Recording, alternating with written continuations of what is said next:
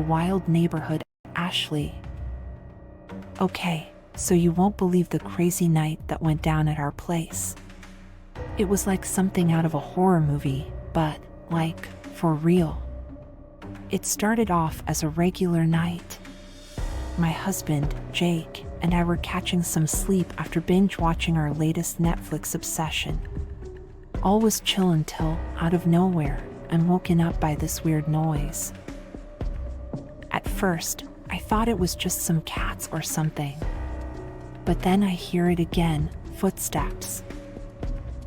I nudge Jake, but the guy is out like a light, snoring away. So, I'm sitting there, wide-eyed, trying to figure out if I'm dreaming or if there's an actual intruder in our house. I muster up the courage to get out of bed, trying not to make a sound. As I creep down the hallway, the noise gets louder. My heart is pounding, and I'm praying it's just a raccoon or something. I grab a baseball bat from the closet. As I approach the living room, then I see this shadowy figure, wearing a mask, like straight out of a bad horror flick. Panic sets in, and I shout for Jake to wake up.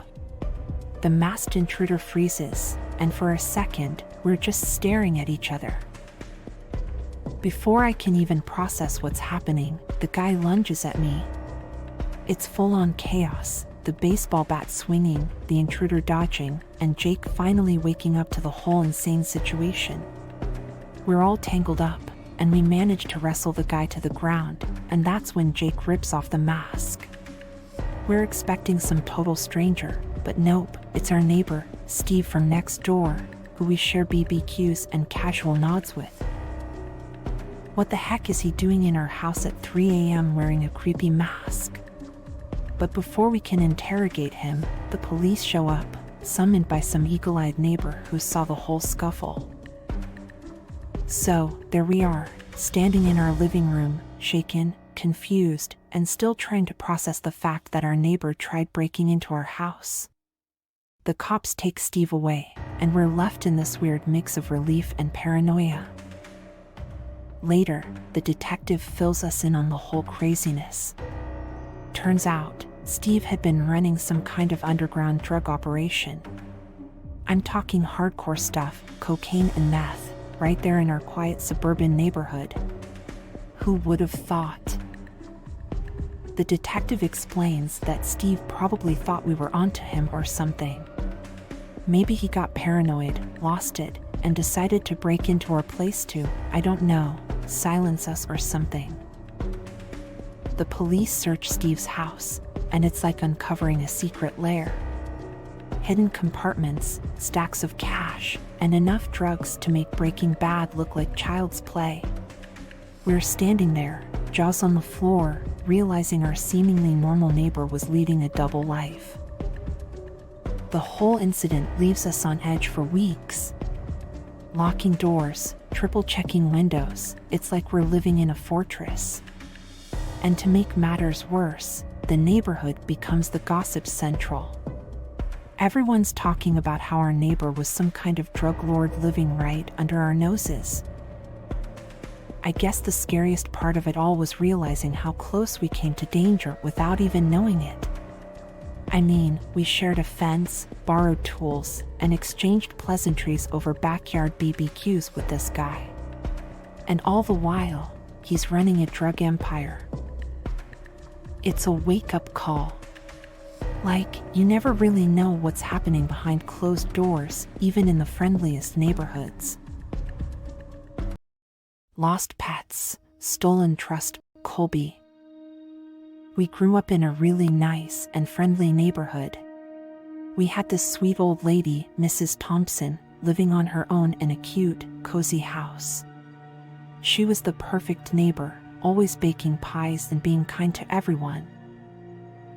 Every weekend, you could just smell the amazing aroma of freshly baked pies coming from Mrs. Thompson's kitchen. It was like a magical spell pulling us towards her house. She'd greet us with a warm smile, and her blue eyes were always sparkling with kindness.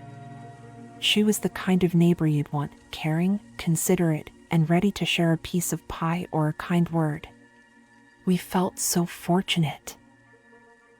Mrs. Thompson was famous for her baking skills.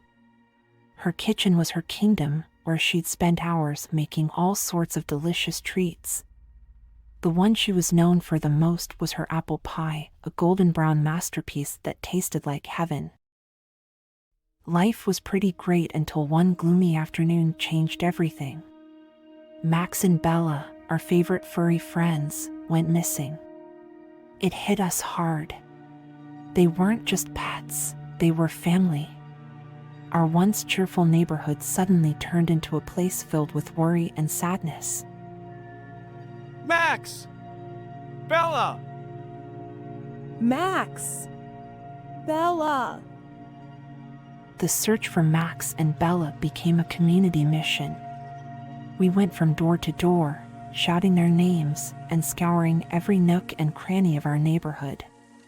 Mrs. Thompson, with her usual kindness, joined in the search, showing genuine concern on her face.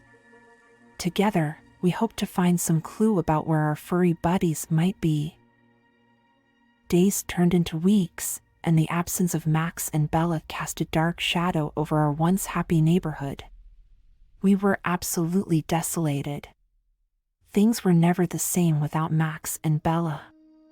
Some of the neighborhood pets are starting to go missing too. We could not understand how they were able to go missing. It seems as if they were being kidnapped. Despite the sadness, Mrs. Thompson continued baking pies. It was her way of trying to bring a bit of comfort to the grieving community.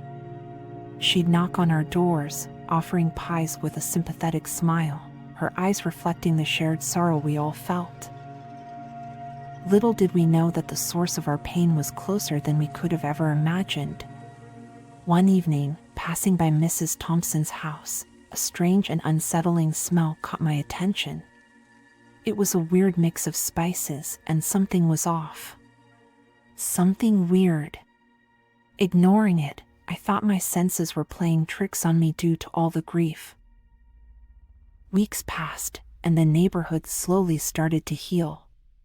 Mrs. Thompson kept baking pies, and we kept accepting them, finding a small bit of peace in the familiar taste. Then, one day, out of nowhere, a detective showed up, investigating the pet disappearances. We couldn't believe it. Turns out, Mrs. Thompson was a common factor in all the cases. When we confronted her, she denied everything, tears streaming down her face as she swore she was innocent. We felt bad for her. We couldn't imagine the kind Mrs. Thompson has got anything to do with it. But the evidence said otherwise. The detective found Max and Bella's DNA in one of Mrs. Thompson's pies. It hit us hard, very hard. The pies we thought were comforting were actually made from our own missing pets. We were fed our own pets. We were speechless, trying to wrap our heads around the fact that the person we trusted had been feeding us pies made from our beloved pets. Mrs. Thompson's cozy kitchen, once a symbol of warmth, suddenly became a gruesome crime scene. The kindness in her eyes disappeared, replaced by a creepy grin. It was like a mask had been ripped off, revealing the real Mrs. Thompson. The neighborhood fell into shock, struggling to process the horror.